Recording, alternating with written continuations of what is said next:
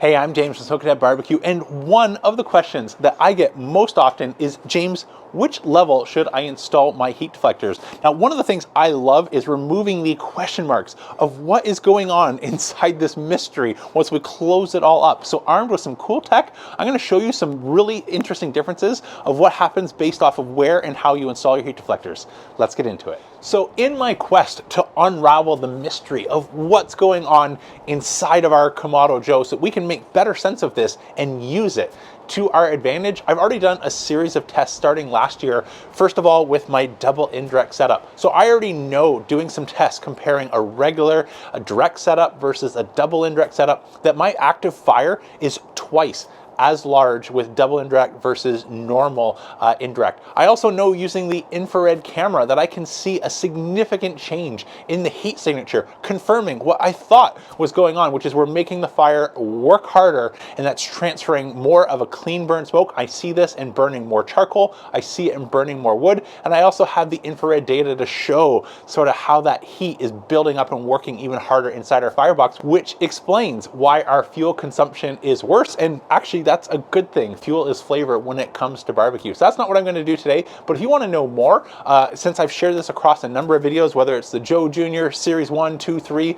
Classic, or Big Joe, I put together a digital download that shows how to do double indirect in any Kamado Joe based off of all my learnings. Now, all my learnings are shared for free. They'll always be free on YouTube. So if you want to scour across the nearly 400 videos and get that, there's nothing brand new in this book other than the latest representation in 2024, everything that I've learned and how I would set up from Joe Jr. to Classic to Big Joe Series 1, 2, and 3, all in a nice couple page PDF to make that even easier for you. But today is the next question mark, which is where I have choices in terms of the levels that I install my heat deflectors. Right on the charcoal basket, on the X accessory ring, in the middle level. What does this do to where the heat and the energy is moving around inside of our Joe, and how can we use that to our advantage to turn out better barbecue? So without further ado, let's grab some Fogo and our Grill Blazer grill gun, start some fires in our two Joes, and we'll get recording. Okay, we've got our fire started with nice white ashed over coals in each Joe. Now, since it'll be easier to go up in ceramic temperature versus down, I'm going to start with the X accessory ring in the highest position for each grill. So in my Series 1, Series 2, where we have a 2-level divide and conquer rack, this is going to have my heat deflectors up on the ring, just like so, which is 1 inch to 2 inches taller than it'll be later on when we drop down to the charcoal basket. Drop in our second deflector, and for now, both the bottom vent and the top vent are all the way open. And just like before, we're going to drop our deflector stones in a pizza configuration. This is going to allow the heat to not only heat soak our deflectors, but leave plenty of space to get heat up into our dome. So we want to have hot to the hand when we touch the dome before pushing these together. This will just make running our fires that much easier. This is in a couple videos, as well as my vent setting guides. This is one of the tips and tricks to getting stable set it, forget it temperatures without needing a fan controller, along with vent settings for every common or difficult to achieve low and slow smoking temperature. Today, we're going to go for 250 degrees Fahrenheit to compare the temperature differences on our deflector stones up high versus down low. I appreciate your time, and today's video is brought to you ad interruption free by the team at Original Grain. Speaking of time well spent, the team at Original Grain is celebrating 11 years of crafting unique watch designs featuring sustainably sourced materials like reclaimed tequila and beer barrels, as well as ocean harvested plastics. Nearly 2 years ago, I picked up my first Original Grain watches. I went with the Hawaiian Koa barrel wood, as well as the Grill Master series with mesquite. But recently, this year, I've added 2 extra additions. One, a smartwatch band, which is available for something like my Apple Watch if I want to dress that up heading out on a date night, as well as the watch that started it all for Original Grain, the Rosewood Classic. Happy customers have helped plant over 600,000 trees and remove over 250,000 plastic bottles from the ocean. Original Grain offers a buyback guarantee, so if you don't absolutely love the watch, they will buy it back. Use code SMOKING at originalgrain.com/smoking to save 10% off your order, and this can be combined with their 11-year anniversary sale, which has $100 off on the website right now. That combination is the lowest price of the year. Now, back to the action. All right, like I said before, we want 250, which we have already overachieved, but I was waiting until we get the hand test, which is nice, even heat that I can hold for about 5-6 seconds, no problem. And I think we're at that spot now. So let's open up our dome. Got a good fire going. Switch to some high heat gloves. And now we can push our heat soaked deflectors together and adjust our vents for 250 degrees Fahrenheit. And we will let both of these hang out for nearly an hour before I take measurements on each one, just to make sure that everything is fully set. So I'll rejoin you a little bit in the future once these are locked in at 250, and we'll get the infrared camera out to take our measurements. Okay, both of our Joes are up and holding 250 degrees Fahrenheit. So let's grab our infrared camera. I'll switch over the view so you can see that, but get some readings of what's going on inside of our Joe. So if I move around, looks like a low 270 so far, I think is the lowest. Oh, 260, 267, 268 on the outer right edge of our Big Joe Series 3 with the deflectors on the upper position with our hottest spot of about 302 degrees Fahrenheit. Just out of curiosity, I want to confirm if that aligns with what I would see using my IR gun. So if I move around the edge, I'm seeing a similar low spot, 267 on the right edge, and getting a little bit higher with the IR gun, but that could actually just be the fact the flames, I can hear the charcoal starting to crack and pop while I've got the dome open. So before dropping the deflectors into the low position, let me just grab a cooking grid and confirm the distance that all these measurements would be if we had food in the grill. And so on the Big Joe Series 3 in this configuration, we would have exactly 2.5 inches clearance from our heat deflector plates. And so now I'm going to drop the deflectors in the lowest possible position. Okay, perfect. Those are both in position. Let's close this up, let it settle back down for the same 250 degrees Fahrenheit. Okay, let's take a look inside of our Big Joe Series 1 with the deflectors in the low position.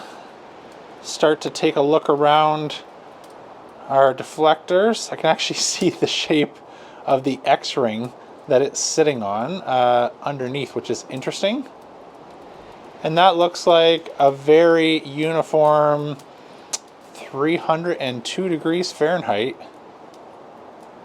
Oh, the same as before, a little bit of a lower spot just on the front right, similarly to what we had on Big Joe Series 1, and about 302 degrees Fahrenheit in the middle.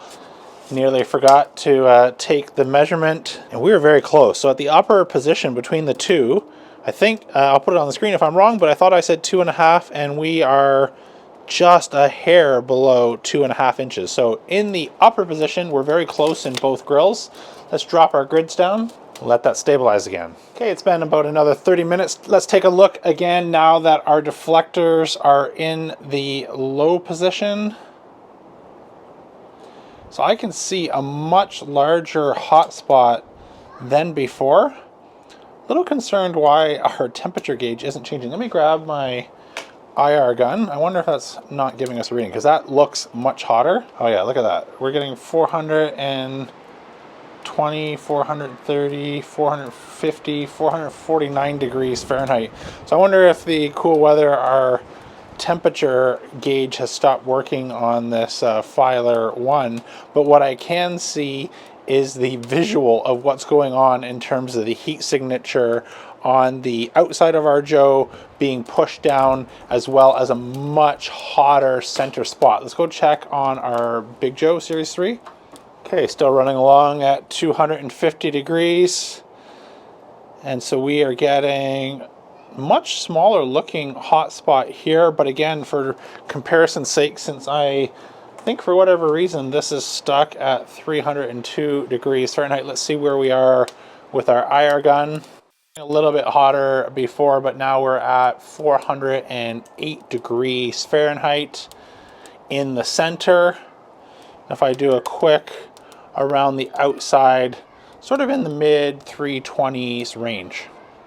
So while it's clear to see in the infrared scan that the energy is moving from our first direct setup with the deflector plate up top to the low position, some of that energy is moving down in the grill. If I show you the before and after, while this isn't necessarily about comparing double indirect setups, I want to see, while I have the camera here, if I were to go for one of my double indirect setups using the pizza stones, or if you have a spare set of deflector plates, by installing this and letting it stabilize for another 20 or 30 minutes with the same ambient air temperatures, how much of a reduction we can drive in the radiant energy that is coming up to our food. Okay, we're back stable at 250, and now I'm just taking a look again at our pizza stone that was installed on top of our deflector plates.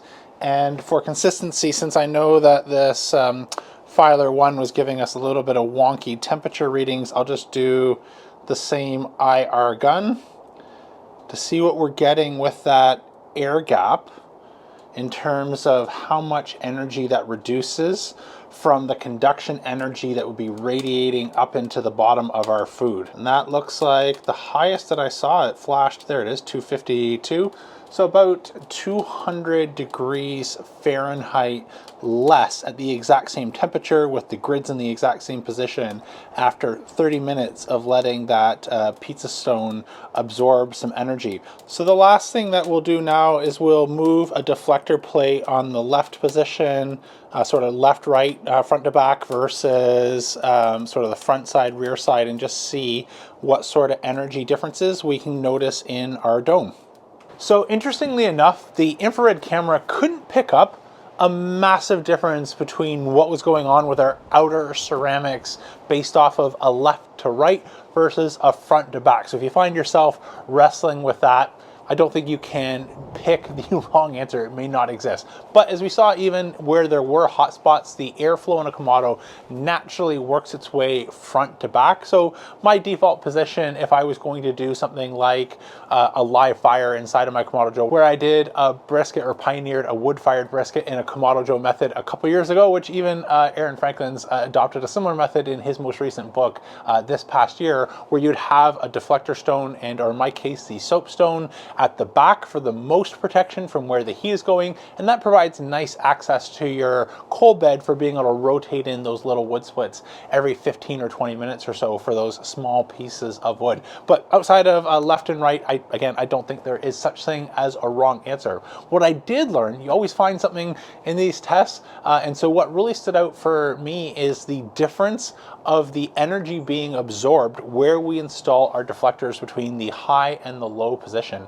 So in the past, conventional wisdom might be get them as far away from your food as possible, and that will transfer less radiant energy. And while I don't have a measuring tool to absorb or calculate how much radiant energy is being transferred to the bottom of our brisket, what was clear is the choice to go from the middle position on either our Series 1 or our Series 3 to the low position put a lot more energy into our heat deflectors, where we saw the temperatures shoot up into about the 450 degree range in the hot spot. And so how can we use that information now to our advantage moving forward? So this really depends on what we're cooking. If I wanted to actually now protect the bottom and transfer the least possible energy, actually taking the deflector stones and putting them up the highest, most distance away from the fire versus the distance away from the food is going to give us the greatest cooling benefit in terms of transferring that energy. Whereas if I want to put a lot of energy into the bottom, that's now confirmed by putting our deflector stones down low and letting them get super heat soaked and transfer off more energy is going to give us more of that conduction energy, which could speed up the cook and or finish something in the bottom if we were rendering a fat cap or something like that down, even though again, I've tested side by side and found my preference is to have fat cap up. This is just something that you can use now, knowing a little bit more about what's going on inside of your Kamado Joe. If you got a question about today's video and you don't want to ask in comments, be sure to check out the members only live section. I go live once a month, and this is one of the questions that came up, so thanks for bringing it up in a recent members live, and we were able to do some real data logging and try and use that to our advantage and inform our game plans moving forward. Check out those details and we can answer questions in a real-time format versus these pre-recorded videos. That's it for today though. I'm James from Smoking at Barbecue signing off, and remember, don't be afraid to fire it up. you.